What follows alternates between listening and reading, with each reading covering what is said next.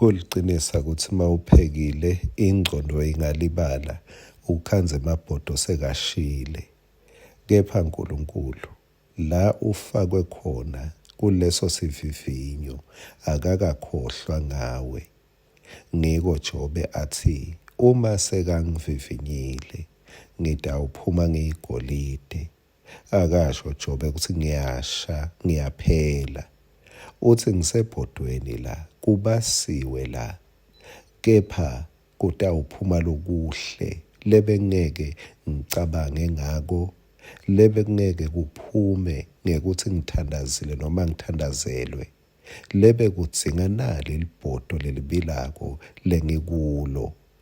Mangabe ukulelo bhodo uyeva sekuyashisa, ngokhonjoliwe liplane lihle akusilo lekukushisa lekukucetha, kepha lekukhokha igolide ngekweliplane lelihle laNkulunkulu lanalo ngempilo yakho.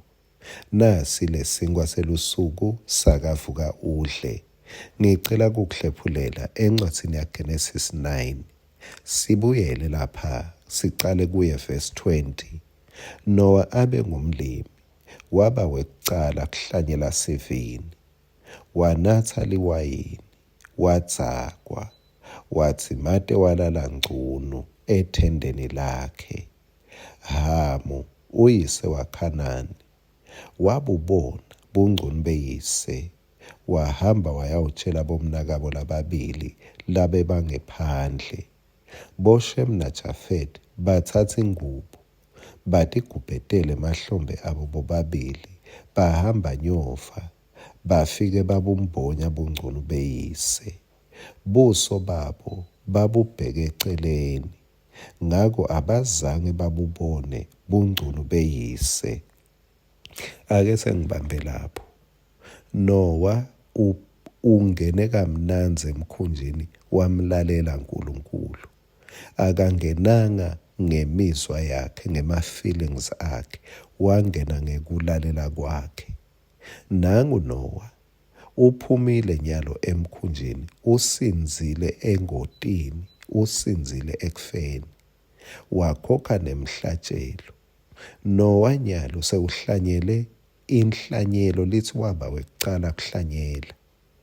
Unfortunately, noma lokukabi kuthi yathi inhlanyelo seyimniketa sivuno, wayisebenzisa kabi. Sivuno lasithola, wase wakha into letamdzaka, wase wenta into letawuvusa imizwa, wase uthatha tinyathelo ngekuva imizwa yakhe ema-feelings. Wendani? Walala ngcunu ngenxa yema-results alakutholile lokusivuno lesihle uNkulunkulu lamphe sona. Wase uyasi-abuser Noah, wanatha, walala ngcunu. Kwendekani kulowo mzuzu? Wabonwa ngomfana wakhe angcunu. Lo bungcunu dabukhumbula ensimini yase-Edeni bekulihlazo. Nala kuNoah nalo lihlazo. Lo mntwana ngazuthi ekuboneni bungcunu beyise, ngiyacabanga ukuthi wamhleka. Nkosi yami, ungabe inhlekisa kubantu bakho. Yephetha kahle, sebenzisa kahle sivuno uNkulunkulu lakupha sona. Ungadingcunuli ngaso, ungaphethi sewungcunu, ungaphethi sewulihlazo. Kube Noah wenela kuthola sivuno, wase uthola indlela yekunikela kuNkulunkulu atibongele. Ngabe akangenanga ehlazweni, kepha Noah wabese uyashwabudzela, waze wafika lathi chaza khona, wamkhohlwa uNkulunkulu. Khunjuliwe, ungamkhohlwa uNkulunkulu ngesikhathi inhlanyelo yakho sekunika sivuno lesihle.